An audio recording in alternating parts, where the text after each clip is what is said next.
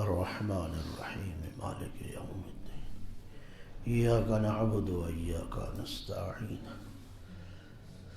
اهدنا الصراط المستقیم صراط الذین انعمت علیہم غیر المغضوب علیہم ولا الضالین بسم اللہ الرحمن الرحیم قل هو اللہ احد اللہ الصمد لم یلد ولم یولد ولم یکن له کفوا احد بسم اللہ الرحمن الرحیم قل هو اللہ احد اللہ الصمد لم یلد ولم یولد ولم یکن له کفوا احد بسم اللہ الرحمن الرحیم قل هو اللہ احد اللہ الصمد لم یلد ولم یولد ولم یکن له کفوا احد اللہم صلی علی محمد وعلی محمد نعرہ تکبیر نعرہ تکبیر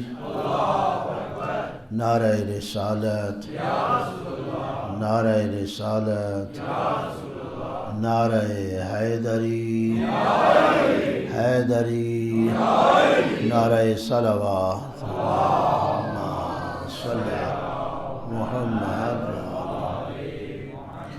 اپنی اس عبادت کی قبولیت کے لیے بلند آواز سے صلوات پڑھیے اللہم صلی علی محمد جن احباب مومنین دوستوں نے اس عبادت کا اہتمام انتظام انصرام فرمایا ہے، آپ تمام برادران دور یا نزدیک سے تشریف لائے ہیں، سب کی سعی جمیلہ کی قبولیت کے لیے بھی بلند آواز سے صلوات اللہم صلی علی محمد اپنے اپنے مرحومین کی مغفرت و بخشش کے لیے، تمام تر مریضوں کی شفا یابی کے لیے اور اپنی اپنی حاجات کی برآوری کے لیے بھی بلند آواز سے صلوات ہو اللہم صلی علی محمد وآل محمد دشمنان اسلام خصوصاً امریکہ اور اسرائیل، یہود اور ہنود کی نابودی و بربادی کے لیے بھی صلوات ہو اللہم صلی علی محمد وآل محمد علماء اعلام، مراجع اسلام، رہبر معظم قائد ملت جعفریہ اور امام زمانہ کی صحت و تندرستی، سلامتی، عافیت، آپ کے تعجیل ظہور کے لیے بھی بلند آواز سے صلوات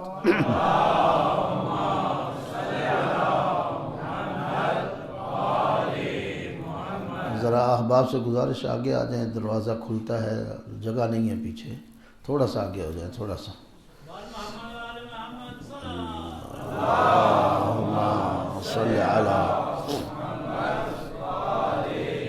اعوذ باللہ من الشیطان الرجیم بسم اللہ الرحمن الرحیم الحمدللہ رب العالمین والعاقبۃ للمتقین وجنت للموحدین المؤمنین المطیعین العارفین الکاملین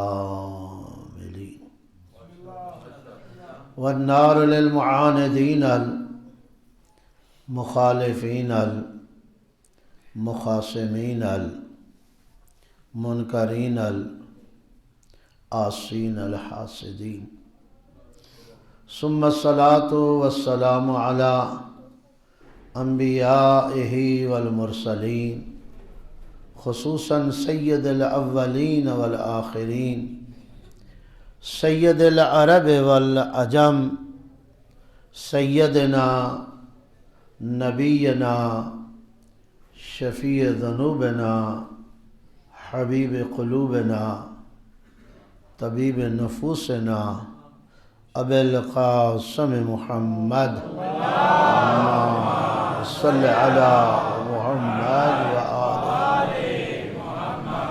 وعلی آل بیتہ الطیبین الطاہرین المعصومین المنتخبین المنتجبین من یومنا ھذا الی یوم الدین و بعد یوم الدین ولعنۃ الدائمۃ الابدیہ علی اعدائہم ملعونین اجمعین من اول یوم العداوۃ الی یوم الآخر و بعد یوم الآخر اما بعد فقد قال اللہ تعالی فی کتابہ المجید و فرقانہ الحمید وهو اصدق الصادقین قولہ الحق بسم اللہ الرحمن الرحیم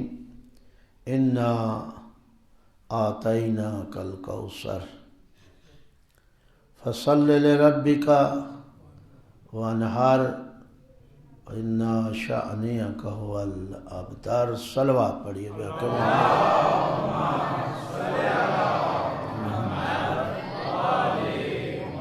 میرے نہایت ہی واجب الاحترام سامعین کرام، حاضرین اعظام اور میرے نہایت ہی محترم علماء کرام، بزرگان میرے یہاں تشریف فرما ہے، آپ سب حضرات دعا ہے اللہ رب العزت آپ کی ہماری بانیان اعضا کی عیسائی کو اپنی عبادتوں میں اللہ شمار فرمائے، خالق کائنات اس قوم کی حفاظت فرمائے، اس مذہب، مکتب، قرآن، اسلام، دین کہ جتنے بھی دشمن ہیں جہاں بھی ہیں، جس رنگ و نسل میں ہیں، جس لباس میں ہیں، خالق کائنات انہیں نیست و نابود فرمائے۔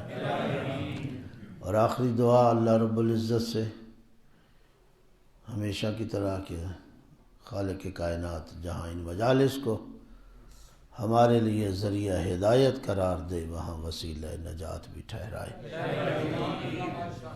انتہائی مہربانی آپ کی،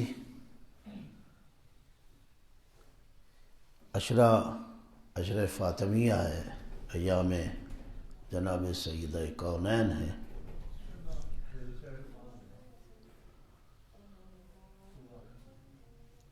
دنیا حق کو جتنا بھی دبانا چاہے، حق اتنا ہی ابھرتا ہے۔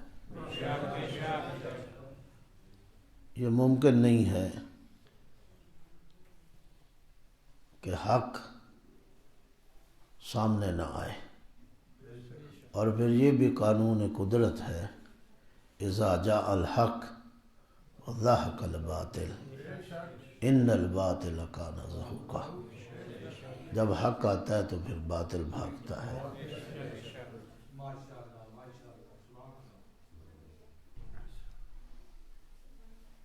خالق کائنات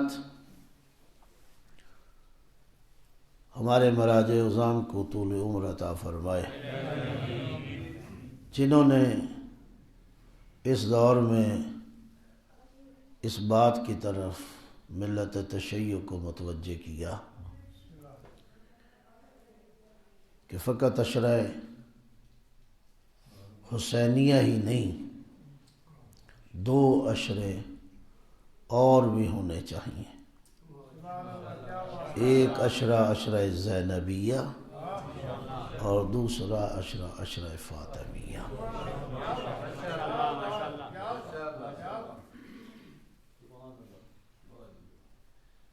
کربلا بنیاد بنی عشرہ فاطمیہ کی۔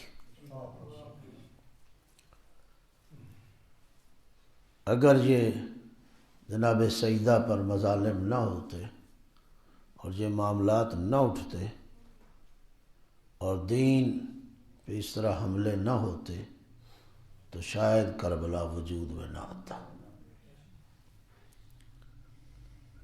اور پھر کربلا کو جس نے زندہ رکھا اور تابندہ کیا، اس ہستی کا نام ہے زینب۔ اللہ آپ کو سلامت رکھے۔ دشمن آج تک یہ کوشش کر رہا ہے کہ ذکر محمد و آل محمد ختم ہو جائے، تاریخ ہے آپ کے سامنے، اٹھا لیں. توجہ ہے میری طرف؟ کیا کچھ نہیں کیا گیا.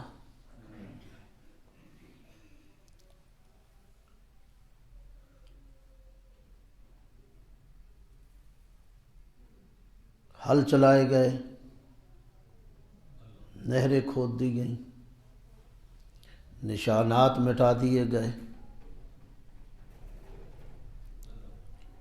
متوکل کے مظالم آج بھی دنیا کے سامنے ہیں. اور پھر اکیلا متوکل ہی تو نہیں تھا نا، متوکل جیسے بہت سے تھے، ہیں اور رہیں گے.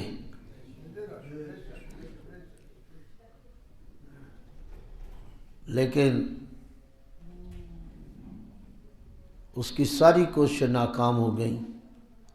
کربلا آج بھی زندہ ہے.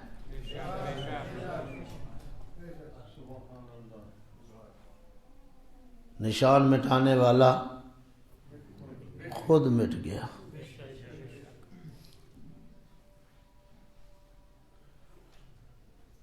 ایک ہے انسان کی حرکتیں، کوششیں، وہ اپنے طریقے استعمال کرتا ہے اور کیا، لیکن اللہ اپنے طریقے استعمال کرتا ہے. جس کربلا کو تو نے مٹانا چاہا، اس عاشورہ کربلا کے بعد یہ نعرہ بلند ہوا اور آج تک لگا آ رہا ہے اور قیامت تک لگایا جائے گا. کل یوم عاشورا و کل ارض کربلا. ہر دن عاشور کا دن ہے، ہر زمین زمین کربلا ہے. تم نے ایک کربلا کو ختم کرنا چاہتا، اس کا نتیجہ یہ نکلا کہ کربلا اتنا پھیلا کہ دنیا کے ہر خطے پہ کربلا پہنچ گیا. اللہ کو سلامت رکھے. اسی طرح کوششیں ہونے لگیں جناب سیدہ کے حوالے سے، جناب ثانیہ زہرا کے حوالے سے. مراجع کوئی عام افراد نہیں ہیں، نوابین ائمہ علیہم السلام ہیں. اپنے فریضے کو سمجھتے ہیں، اپنی ذمہ داری سے آشنا ہیں. انہوں نے حکم دینے سے پہلے قم ہو یا نجف خود عملی اقدام اٹھایا. مراجع اپنی بیرونیوں سے نکلے علماء کے ساتھ ننگے پاؤں. اگر قم ہے تو معصومہ کے حرم میں، اگر نجف ہے تو امیر المومنین کے حرم میں، اگر کربلا ہے تو امام حسین کے حرم میں. ان ایام میں عزاداری کو بپا کیا، ماتمی جلوس نکالے. سمجھ گئے تھے اور سمجھ رہے تھے کہ آنے والے دور میں کیا ہونے جا رہا ہے. اسی لیے انہوں نے حکم دیا کہ عشرہ زینبیہ اور عشرہ فاطمیہ کو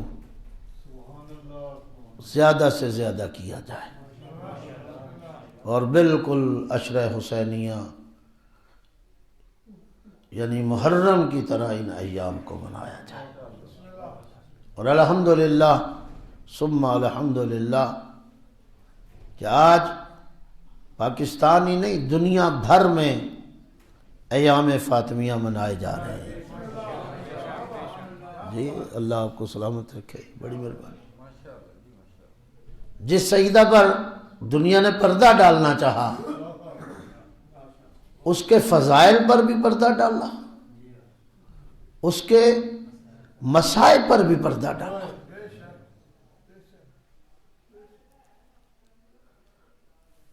جتنا دبایا یہ غم اتنا ہی ابھرا۔ اور ہم تو ہمیشہ کہتے ہیں کہ بھائی ہماری تو زندگیاں ہی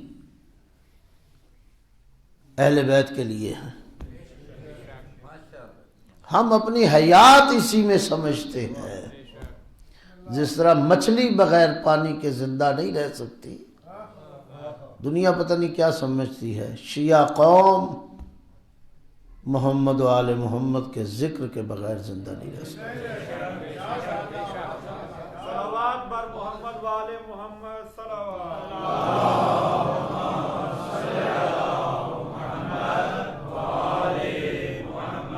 ہمارا وجود ہی اس کے لیے تخلیق ہوا، اور یہ کوئی بناوٹی بات نہیں ہے، آپ مجھ سے بہتر جانتے ہیں۔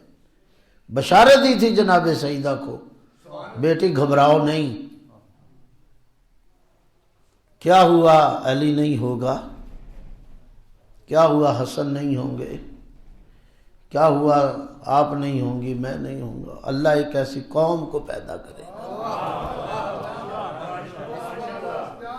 جس کے بوڑھے تیرے بوڑھوں پر روئیں گے، جس کے جوان تیرے جوانوں پر روئیں گے، جس کے نوجوان تیرے نوجوانوں پر روئیں گے، جس کے بچے تیرے بچوں پر روئیں گے، جن کی عورتیں تمہاری عورتوں پر روئیں گی۔ تو ہمارے تو وجود کی تخلیق کا مقصد بھی یہی ہے۔ دنیا سب سمجھتی ہے کہ نہ، ہم تو اس پانی کی مچھلی ہیں، ہمیں اسی میں زندہ رہنا ہے، اس سے نکل کر ہم اپنی موت سمجھتے ہیں۔ ہماری زندگی یہی ہے، دنیا چاہے جو کچھ کرنا چاہے کر لے۔ ذکر آل محمد بڑھتا رہے گا، اور یہ قانون قدرت ہے، فاذکرونی اذکرکم واشکروا لی ولا تکفرون۔ تم میرا ذکر کرو، میں تمہارا ذکر کروں، تم میرا نام لو، میں تمہارا نام لوں گا، تم میرے ذکر کو بلند کرو، میں تمہارے ذکر کو بلند کروں گا۔ کربلا میں ہوا کیا؟ یہی تو حیات جناب سیدہ میں کیا ہے؟ یہی خانوادہ اہل بیت کے فرد فرد کے کردار میں آپ دیکھ لیجئے، چھوٹا ہو یا بڑا، بچہ ہو یا جوان، مرد ہو یا عورت، انہی عبادات کو انجام دیتے رہے۔ خدا کی خدائی کو دنیا کے سامنے رکھا۔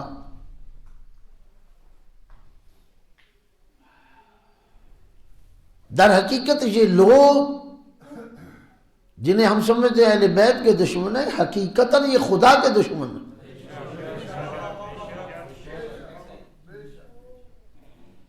یہ مشہور کر دیا یا ہے دشمنان اہل بیت، چلو ہم جملہ استعمال بھی کرتے ہیں کیونکہ انہوں نے دشمنیاں اتنی کی، لیکن حقیقتاً میں آپ کی خدمت عرض کروں، جو میں سمجھتا ہوں میری ناقص رائے ہے، کہ جتنے بھی دشمنان اہل بیت ہیں در حقیقت دشمنان خدا، اس لیے کہ اہل بیت کیا کرتے تھے، کیا کیا انہوں نے، سوائے یہ کہ بندگی یہ خدا، سوائے اس کے کوئی کچھ دوسری چیز آپ کو نظر آتی ہے یا دکھائی دیتی ہے کہ خدا کے دین کو لے کے آگے بڑھ رہے تھے، پیغمبر کے لائے ہوئے اسلام کو لے کے آگے بڑھ رہے تھے، آپ کی لائی ہوئی کتاب کو آگے لے کے بڑھ رہے تھے؟ وہ اسلام اللہ کا بنایا ہوا مذہب ہے، وہ قرآن اللہ کا کلام ہے، وہ دین اللہ کا دین ہے، ان الدین عند اللہ الاسلام۔ اللہ کے نزدیک اگر کوئی دین ہے تو دین اسلام ہے۔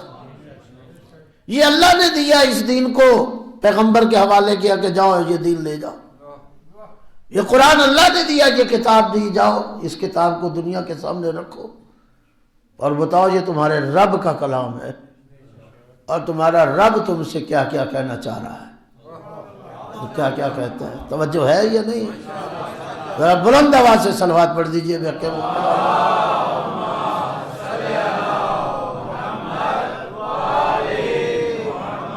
الغرض مجھے دکھائیے تو صحیح، پیغمبر سے لے کے جناب امام زمانہ تک آ جائیے، دکھائیے کہیں انہوں نے اپنی شخصیت کو بڑھایا ہو، شخصیت کی بڑھوتی کے لیے کام کیا ہو، کوئی ان کا ذاتی کاروبار تھا، کیا مجھے دکھائے تو صحیح دنیا۔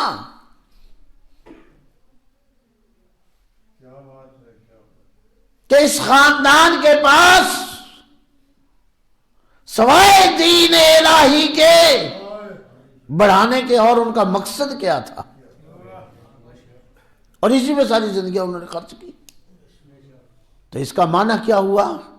اگر ان کے قتل کے درپے ہوئے، ان پہ تلواریں چلائیں، ان کو خنجر سے ذبح کیا، ان کو زہر دیا، یا جو کچھ بھی تاریخ کا حصہ آپ کے سامنے ہے، اسی لیے کیا نا کہ یہ جو پیغام دے رہے ہیں یہ پیغام رک جائے۔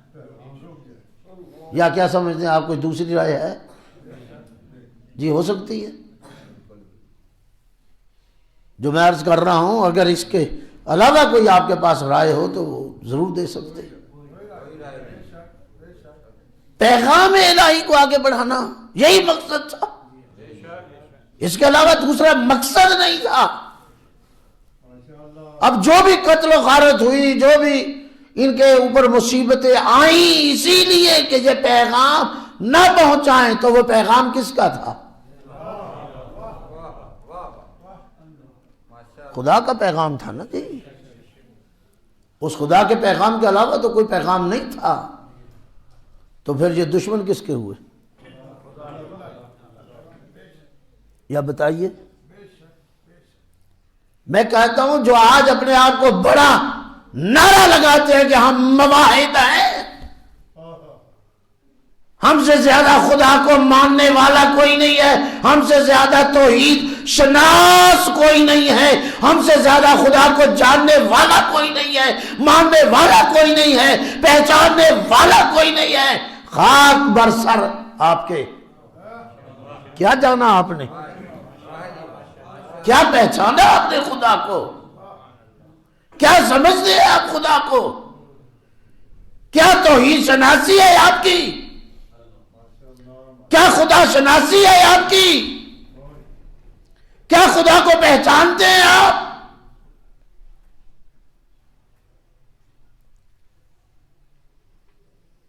کیا پہچانا خدا کو آپ نے؟ اگر خدا کو پہچانتے تو قرآن کی تعلیمات کے آگے کھڑے نہ ہوتے، اگر خدا کو جانتے اسلام کے پیغام کے آگے کھڑے نہ ہوتے، اگر خدا کی معرفت ہوتی تو محمد و آل محمد کے آگے دیوار نہ بنتے۔ تم نے تو خدا کی دشمنی میں ان کے بچوں تک کو نہ چھوڑا۔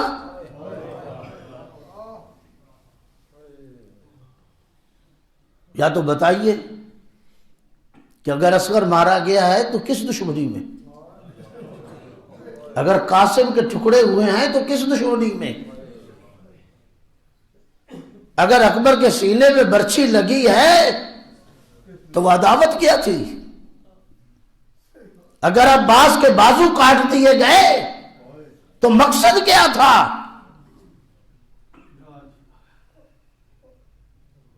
سب سے بڑا دعویٰ جی ہم خدا پرست ہیں، ہم موحد ہیں، یہ مشرک ہیں، یہ کافر ہیں، جنہیں مشرک کہہ رہے ہو، جنہیں کافر کہہ رہے ہو، یہ جنہیں تم کافر کہہ رہے ہو یہ رسول کے پیغام کو آگے لے کے بڑھ رہے ہیں، جنہیں مشرک کہہ رہے ہو یہ خدا کے پیغام کو آگے لے کے بڑھ رہے ہیں۔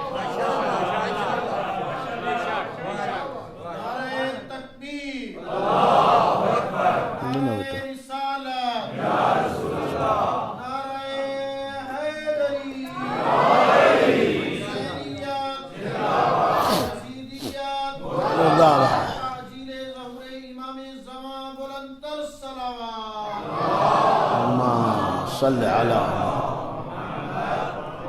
الٹا چور کوتوال کو ڈھانٹے.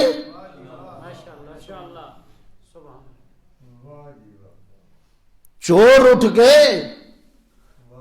دوسروں کو چور کہنا شروع کر دے, راہزن دوسروں کو راہزن کہنا شروع کر دے, کیا اس کے کہنے سے وہ راہزن ہو جائے گا؟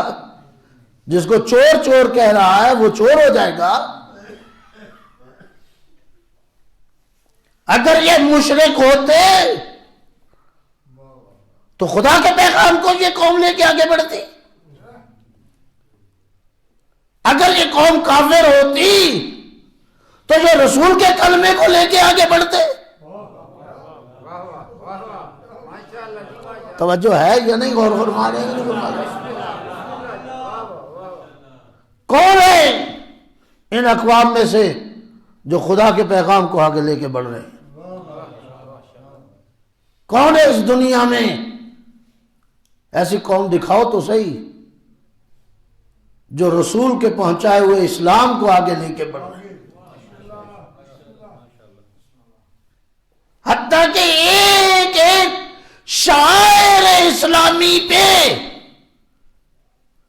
مر مٹنے والی ہے یہ قوم. محبت فرمائیے گا, پتہ نہیں میں بغیر تمہید کی بات شروع کر دی تھی. ایک ایک شاعر الہی, شاعر اسلامی پہ مر مٹنے والی ہے یہ قوم. آیات الہی پہ جان دینے والی ہے یہ قوم.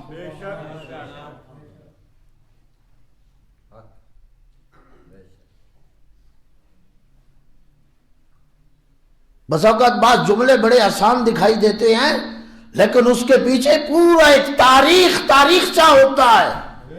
اگر بندہ جا کے غور کرے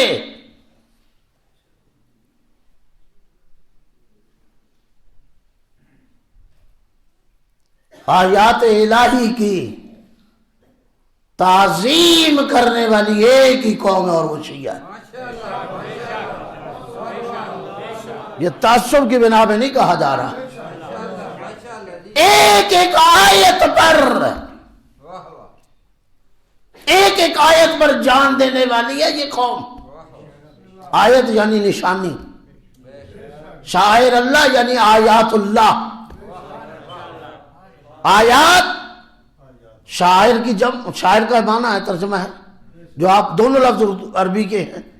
آپ شاعر اللہ بھی کہتے ہیں, آیات اللہ بھی کہتے ہیں. قرآن میں دونوں الفاظ موجود ہیں.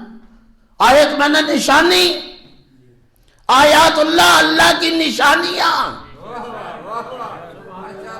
عجیب ہے وَمَن يُعَظِّمْ شَعَائِرَ اللَّهِ فَإِنَّهَا مِن تَقْوَى الْقُلُوبِ.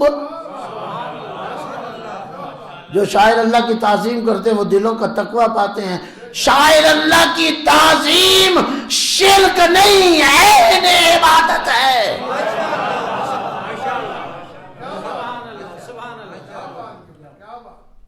کو بات سمجھ آئی یا نہیں؟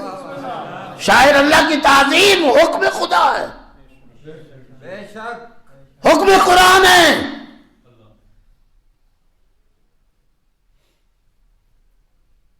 وَمَن يُعَظِّمْ شَعَائِرَ اللَّهِ, جو اللہ کی نشانیوں کی تعظیم کرے, جو بھی, فَإِنَّهَا مِن تَقْوَى الْقُلُوبِ, دلوں کا تقوی انہی کو ملتا ہے, اسی کو ملتا ہے. وہی پاتا ہے جو شاعر اللہ کی تعظیم کرتا ہے. آپ حج پہ جاتے ہیں, اللہ کی نشانیاں بکھری پڑی ہیں. مکہ مدینہ بھرا پڑا ہے شہر دونوں, ہے یا نہیں؟ جب صفا و مروہ میں آپ درمیان میں دوڑتے ہیں جسے سائی کہا جاتا ہے, وہاں کیا ہے؟ آپ آیت قرآن پڑھتے ہیں, ان الصفا والمروہ من شعائر اللہ. بے شک صفا اور مروہ اللہ کی نشانیاں ہیں. ساتھ ہی کوہ ابو قبیس ہے, اتنا بڑا پہاڑ, اتنا بڑا پہاڑ کھڑا ہے. یہ دو چھوٹی چھوٹی، اس پہاڑ کے ایک پتھر جتنی یہ پہاڑی ہے ایک. ایسے ہی ہے یا نہیں؟ جو حضرات جانتے ہیں گئے ہیں، جو نہیں گئے اللہ انہیں لے جائے آج کی مجلس کے صدقے، اور جو گئے وہ دوبارہ جائیں، اللہ ہم آپ سب کو نصیب کرے. آپ دیکھیں اب تو بندوبست کر دیا گیا ہے کہ حاجیوں کی کثرت کی وجہ سے، ان پہ آنے کی وجہ سے وہ آہستہ آہستہ ختم ہو رہی تھی، اس پہ کیمیکل ڈال دیا گیا، آگے شیشے کی دیوار کھڑی کر دی گئی، صفا کے آگے کیمیکل مروہ اور صفا پہ ڈال دیا گیا تاکہ حاجی چلتے ہیں تو ان کے چلنے سے ان کے پتھر ریزہ ریزہ ہو کے نہ نکلے. یہ پہاڑیاں آہستہ آہستہ ختم ہوتی جا رہی ہیں. عجیب ہے، تمہارے عمل نے بتایا اللہ کی نشانی کی حفاظت کرنا عین عبادت ہے. عجیب بات ہے، پتھر کو اللہ آیت قرار دے دے، اسے تو آیت ماننے کے لیے تیار ہو. اگر کسی وجود کو اللہ آیت قرار دے دے،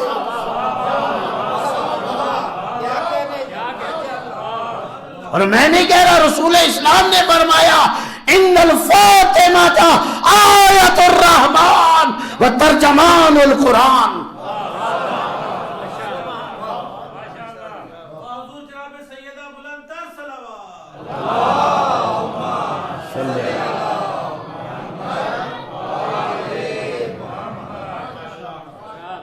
ان الفاطمہ آیت الرحمن، میری فاطمہ اللہ کی نشانی ہے. پیغمبر کا جملہ میں نے آپ کی خدمت میں پڑھا. آیت الرحمن و ترجمان القرآن. مجھے بتاؤ تو صحیح، پہلے صحابی سے لے کے آخری صحابی تک کسی کو رسول نے ترجمان قرآن کا لقب دیا؟ ماشاءاللہ جی ماشاءاللہ. ایک ہی وجود میں آپ کو اللہ کی نشانی بھی دکھائی دے گی اور وہی وجود قرآن کا ترجمان بھی دکھائی دے گا. جی توجہ ہے یا نہیں؟ عجیب بات ہے، یہ تو تمہارا اپنا فلسفہ ہے نا. پتھر کو تو آیت اللہ مان لو، جبکہ ہم نے تو تمہیں کبھی نہیں روکا، ہم تو خود مانتے ہیں، ہمارا ایمان ہے شاعر اللہ پر. اور پورے خاندان رسول جو آیات الہیہ ہیں ان کا انکار کر دو. عجیب ہے، تم ان کے منکر ہو کر بھی بڑے مسلمان. توجہ ہے یعنی غور فرمایا یا نہیں فرمایا؟ تم ان کے منکر ہو کر بھی بہت بڑے مسلمان، ہم ان کے مداح ہو کر ان پہ قربانی دے کر اپنی گردنیں کٹا کر بھی کافر.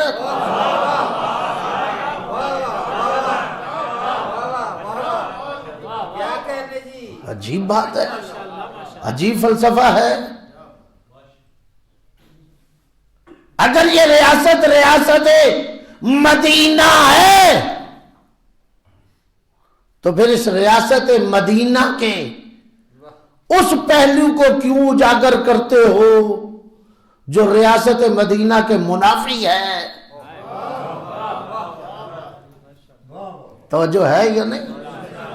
اس پہلو کو کیوں اجاگر کرتے؟ شاید ابھی میرے باپ نے میری بات پہ پہنچے نہیں، کیونکہ مدینہ، ریاست مدینہ ہی میں تو جو ریاست قائم ہوئی تھی، پیغمبر نے جس ریاست کو قائم کیا تھا، ایک وہ دور تھا جو حیات پیغمبر تک، ایک وہ رخ تھا اس ریاست مدینہ کا جو حیات پیغمبر تک رہا، اور ایک وہ رخ ہے جو بعد حیات پیغمبر.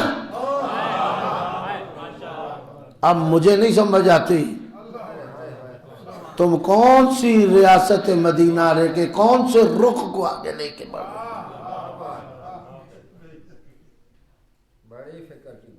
توجہ ہے کہ نہیں؟ جی اللہ آپ کو سلامت رکھے. ایک وہ ریاست مدینہ تھی جو رسول کی بیٹی کی قبر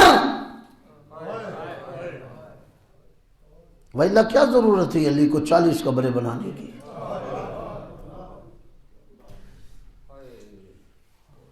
یہ سوال کیا جا سکتا ہے وہ خوف کیا تھا؟ یا تو کہو علی لا جانی بے معنی کام کر رہا تھا. توجہ ہے یا نہیں؟ معذرت کے ساتھ میں نے سورہ بھی پڑھا اور میں چاہ رہا تھا اسی طریقے سے بات کرنا، لیکن آغاز اس طریقے سے ہو گیا. وہ کون سا خوف تھا علی ابن ابی طالب کو؟ آخر کوئی خوف تو تھا نا.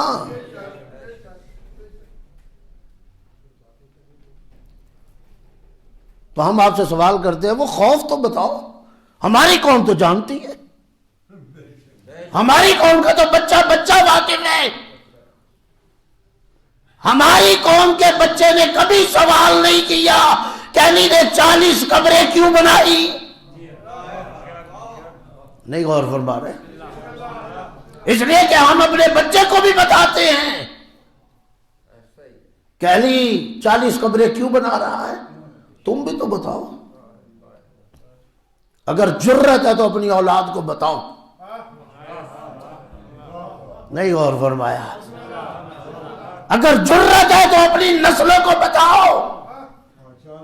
اگر جرت ہے تو بتاؤ، آنے والی نسلوں کو بتاؤ کہ علی 40 قبریں کیوں بنا رہا تھا.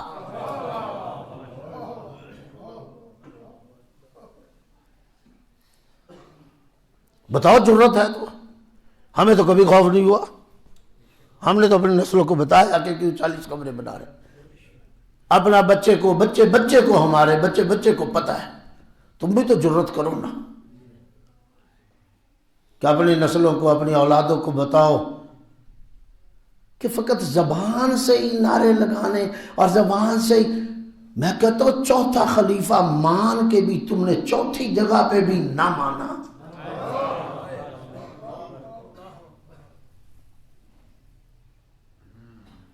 عجیب ہے. تیری عدالت میں تو ظالم اور مظلوم ایک ہی ہیں. تیری عدالت میں تو قاتل اور مقتول ایک ہی ہیں. تیری عدالت میں تو قاتل مجرم ہی نہیں ہے. نہیں غور فرما رہے؟ اور میں کس طریقے سے باتیں کر جاؤں؟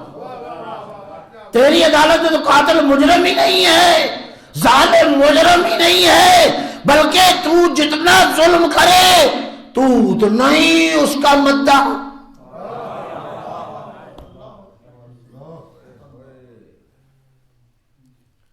جتنا بڑا قاتل ہو تو اتنا ہی بڑا مدعا. توجہ ہے کہ نہیں؟ اتنا بڑا مدعا. بتا اپنی نسلوں کو بتا اگر جرت ہے کہ رسول کے جنازے پہ کون کون نہیں آیا. اگر جرت ہے تو بتا اپنی نسلوں کو کہ رسول کا جنازہ کتنے دن گھر پڑا رہا.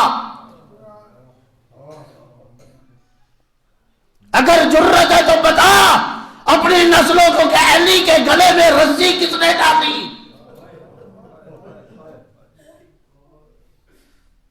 اگر جرت ہے تو بتا رسول کی اکلوتی بیٹی فاطمہ کے دروازے پہ آگ لے کر کون آیا. اگر جرت ہے تو بتا ٹانگ مار کے دروازے کو دھکا کس نے دیا. اگر جرت ہے تو بتا اس دروازے کے نیچے جب رسول کی بیٹی تھی کون کون جوتوں کے ساتھ داخل ہوا. اگر جرت ہے تو بتا کن کے کام کی وجہ سے اس بی بی کا پہلو زخمی ہوا. اگر جرت ہے تو بتا وہ محسن جو شکم سیدہ میں تھا وہ کس کی وجہ سے شہید ہوا.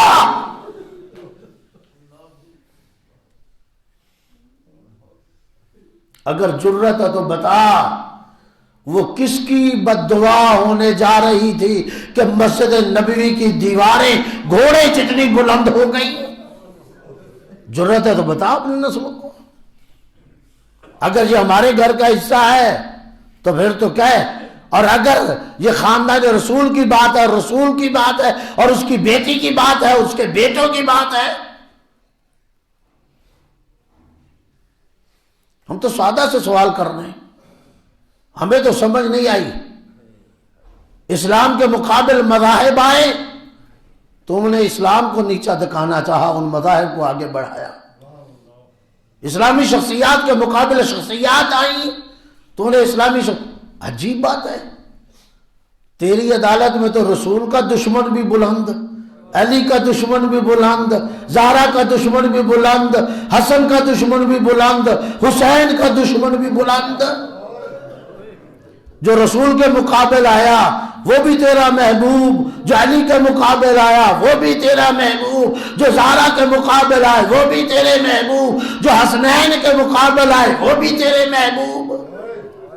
یہ تاریخ حقیقت ہے، مجبور کر دیا ہمیں آپ نے اس انداز میں بات کرنے سے، مجبور کر دیا ہے۔ ہم مجبور ہو گئے، ہماری زندگیوں کا مقصد نہیں رہتا۔ عجیب ہے، آج بھی اٹھے اور کہے فاطمہ علیہ باللہ خطا پہ تھیں۔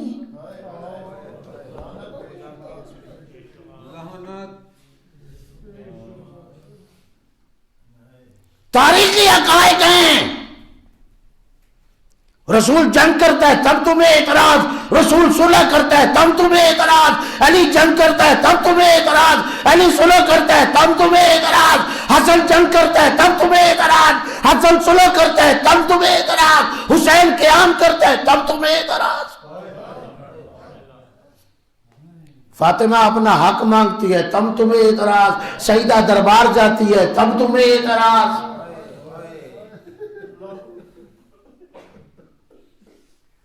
ہم مجبور ہیں، ہم تو اپنی نسلوں کو بتاتے ہیں جی اللہ، یہی وجہ ہے کہ ہمارے بچے جان دینے کے لیے تیار ہیں۔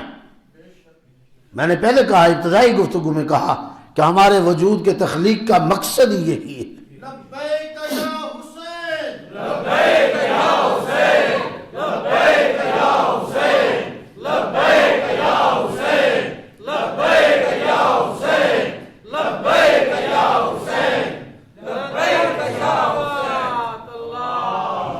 صلی اللہ علیہ وسلم۔ میں معذرت بھی آپ سے چاہتا ہوں، میں کل انشاءاللہ اس سورہ کو آگے لے کے بڑھوں گا، پونے 8 تو ہو گئے ہیں، پونے 8 ہوئے جی، 45 منٹ ہو گئے اور پتہ نہیں چلا۔ بہرحال مجبور کر دیا تم نے ہمیں،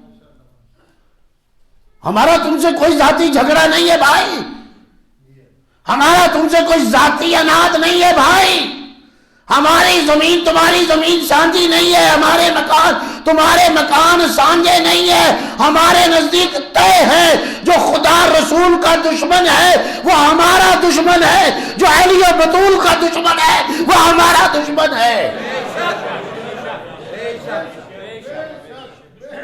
یہ بتا تو صحیح، رسول جنگ کرتا ہے تب تمہیں اعتراض ہوتا ہے۔ میں نے اشارے کیے ہیں، یہ تاریخی حقائق آپ کے سامنے رکھے تاکہ یہ بچے ذرا ان چیزوں کو ایک ذہن میں ان کے بیٹھ جانا چاہیے۔ رسول جنگ کرتا ہے تب تمہیں اعتراض ہے، رسول صلح کرتا ہے تو تمہیں اعتراض ہے کہ صلح کیوں کر رہا ہے۔ اللہ یاد باللہ ہماری کتابوں میں نہیں اور ہمارے کسی نے نہیں کہا کہ اللہ یاد باللہ رسول کو اذیان ہو گیا۔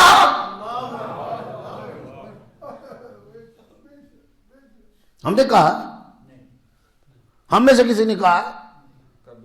ہم تو ایسی کتابوں کو جلا دینا چاہتے ہیں، اور جلا دیں اگر ہم میں سے کوئی ایسا بندہ کتاب لکھے۔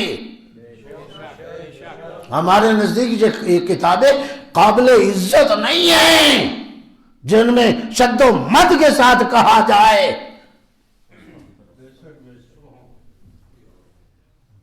عجیب بات ہے، تم رسول کے ذیل پر بھی حملہ کر دو تب بھی بڑے بڑے مسلمان، نہ تمہیں رسول کا کردار قبول، نہ تمہیں رسول کی زبان قبول ہے۔ کردار زبان قبول ہے؟ اگر آپ کو کوئی تشویش ہے تو میں واضح کر دیتا ہوں، اگر زبان قبول ہوتی علی کے لیے جو رسول نے کہا قبول کر لیتے نا، زہرا کے لیے جو رسول نے کہا قبول کر لیتے نا، حسنین کے لیے جو رسول نے کہا قبول کر لیتے نا. تمہیں رسول کی زبان قبول نہیں، رسول کا کردار بھی قبول نہیں. اگر کردار قبول ہوتا، جس کو کندھوں پہ بٹھا بٹھا کے، جن کو گود میں بٹھا بٹھا کے جن کے فضائل اور مناقب پڑھتا جا رہا تھا، اور جن کے لیے گھوڑا بنتا جا رہا تھا، جن کے لیے سواری بن رہے تھے، نہ تمہیں رسول کا کردار قبول، نہ تمہیں رسول کا قول، رسول کی زبان قبول. یعنی دوسرے لفظوں میں کہہ دوں، اور حقیقت یہی ہے، تم رسول کی زبان کے بھی منکر، تم رسول کے کردار کے بھی منکر. تو جو رسول کی زبان اور کردار کا منکر ہو وہ مسلمان کیسے ہے؟ یہ تو رواداری ہے. اور ٹھیک ہے، ہم کلمہ سنتے ہیں تو ہمیں ایک اسلامی حکم ہے، ظواہر پر حکم لگتا ہے، اس لیے ہم مسلمان کرتے ہیں. من قال لا الہ الا اللہ محمد رسول اللہ فہو مسلم، ہم مسلمان سمجھتے ہیں. یہ اس حکم کے حوالے سے سمجھتے ہیں، وَإِلَّا تمہارا کردار نہیں ہے. عجیب بات نہیں، عجیب فلسفہ نہیں. یہ تعصب سے نہیں کہہ رہا، میں بات کہہ رہا ہوں، اس کو توہین نہ سمجھیے گا. جس کو تو مانے اسے اگر ہم نہ مانے کافر اور مشرک، اور جن کو ہم مانے اس کو تو نہ مان کر تو بڑا مسلمان، بہت بڑا مسلمان. میں نے آپ کی زبان کا لفظ استعمال کیا تاکہ مانا اپنے تحت جگہ تک پہنچ جائے. تو پھر بھی بڑا مسلمان. بتا تو صحیح، ہم نے جن کو مانا ہے ان میں کوئی ایسا کردار بتا جو داغدار کردار ہو، جن کو ہم نے مانا ہے. جی اللہ آپ کو سلامت کرے. جن کو ہم نے مانا ہے، تو کربلا کا 6 ماہ کا بچہ تمہارے سامنے رکھ دیتے ہیں. بتا کوئی داغ ہے تو. اور یہ اس خاندان کا بچہ ہے. پوری اسلامی مملکت تھی نہ کھڑی، میں مجبور ہوں یہ لفظ استعمال کرنے پہ، اسلامی مملکت تھی نہ کھڑی، اور وہ ریاست مدینہ جو چلی ہوئی تھی، ایک رخ والی، ایک اینگل والی، ایک زاویے والی، اس کے نمائندے کھڑے تھے، لیکن انہیں تو حسین کی آواز سنائی نہیں دے رہی تھی. اور جو اس ریاست مدینہ جو رسول کے دور کی ریاست تھی، اس کے جو نمائندے تھے، اس کا 6 ماہ کا بچہ بھی حل من ناصر ینصرنا کی جب آواز کو سنا، ماں کی گود کو چھوڑ دیا.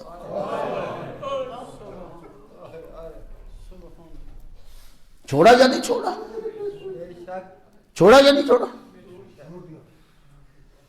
ایک دفعہ خیموں میں جب کوہرام بپا ہوا نا، زخمی تھے حسین ابن علی، سب مارے گئے.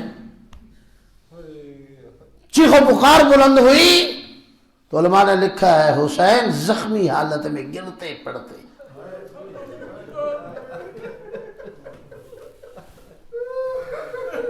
اجرکم اللہ، اللہ کی عبادت قبول کرے. گرتے پڑتے حسین خیمے کے دروازے کے قریب آئے. یا زینب، یا رقیہ، یا ام کلثوم، اے زینب، اے رقیہ، اے ام کلثوم، اے سکینہ، حسین زندہ ہے، تمہارے رونے کی آوازیں ابھی بلند ہو گئی. اجرکم اللہ، ابھی تو میں زندہ ہوں، بیویاں تمہارے رونے کی آوازیں بلند ہوئی. جیسے امام نے آ کے خیمے کے دروازے پہ کہا نا زخمی حالت میں کہ میں زندہ ہوں، آپ کیوں رونے لگ گئی؟ اندر سے آواز آئی، مولا آئی، آقا آئی، اے بابا، اے بھیا، اے مولا، ذرا اندر آئیے، اندر آئیے، دیکھیے قیامت ٹوٹ گئی. سید الشہداء اندر گئے، کیا دیکھا؟ عجیب ہے، بی بی آگے بڑھ کے بتا رہی، دیکھیے تو صحیح، دیکھیے تو صحیح، کیا دیکھا؟ اصغر ریگزار کربلا پہ ماہی بے آب کی طرح تڑپ رہا ہے۔ بیویوں نے کہا جیسے آپ نے آوازہ بلند کیا ہے نا، علی اصغر نے ماں کی گود کو چھوڑ دیا، اجرکم من اللہ، ماں کی گود کو چھوڑ دیا۔ میں کہوں گا نا زبان بے زبانی سے، اصغر یہی تو کہنا چاہ رہے تھے، بابا کیا ہوا عباس نہیں رہا، کیا ہوا اکبر نہیں رہا، کیا ہوا قاسم نہیں رہے، کیا ہوا تیرے دوست نہیں رہے، تیرے ساتھی نہیں رہے، ابھی تیرا اصغر زندہ ہے۔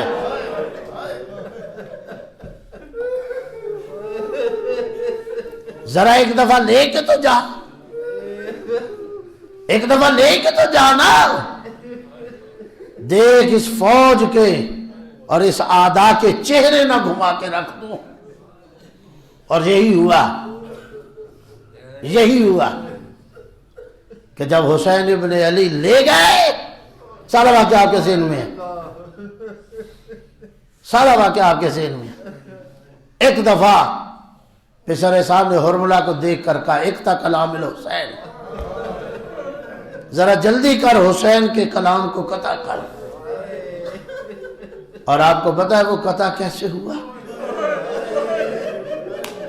وہ تیر اٹھایا حرملہ نے جس سے جانوروں کو مارا جاتا تھا، اجرکم اللہ، اللہ کی عبادت کر، قبول کر، جس سے جانوروں کو مارا جاتا تھا، سے شعبہ تیر۔ اور جب نکل رہے تھے نا اصغر باپ کے ہاتھوں پہ، ایک دفعہ ماں نے کہا تھا، اصغر بیٹا میدان میں جا کے ماں کو شرمندہ نہ کرنا، دی ہوگی نا آواز میں ایک کہ اماں ایک دفعہ جانے تو دے۔ اور ساتھ بعض بزرگ علماء بولتے ہیں، کہا کہ شاید بی بی نے کہا، بیٹا جب تک تو زندہ رہے باپ کو تیر لگنے نہ پائے۔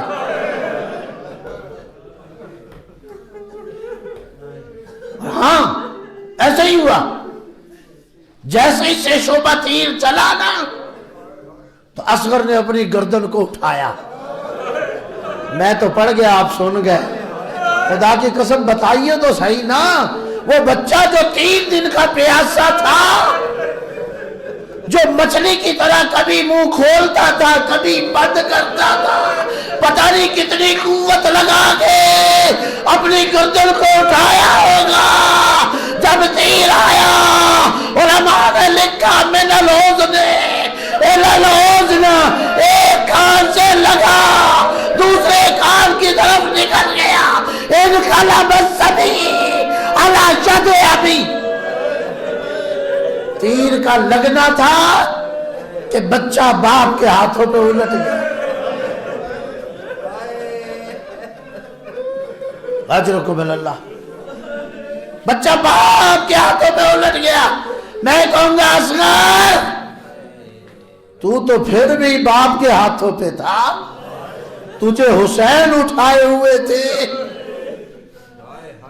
لیکن ایک بچہ جو تیری دادی زہرا کے شکم میں موجود تھا، ابھی دنیا کا نظارہ بھی نہیں کیا کہ ظالموں نے اس بچے کو شہید کر دیا۔ جب یہ بدبخت دروازے سے گزرے ہیں نا اور 2 کیر بی بی کے پہلو میں داخل ہوئے، محسن شہید ہوا، ایک دفعہ بی بی نے آواز دی، اے فضا علیک فضا، مجھے پکڑا کے، اجرکم اللہ، بس آخری جملے، فضا ذرا جلدی آ، مجھے دھو، مجھے پکڑ، میرا محسن مارا گیا، میرا محسن شہید ہو گیا۔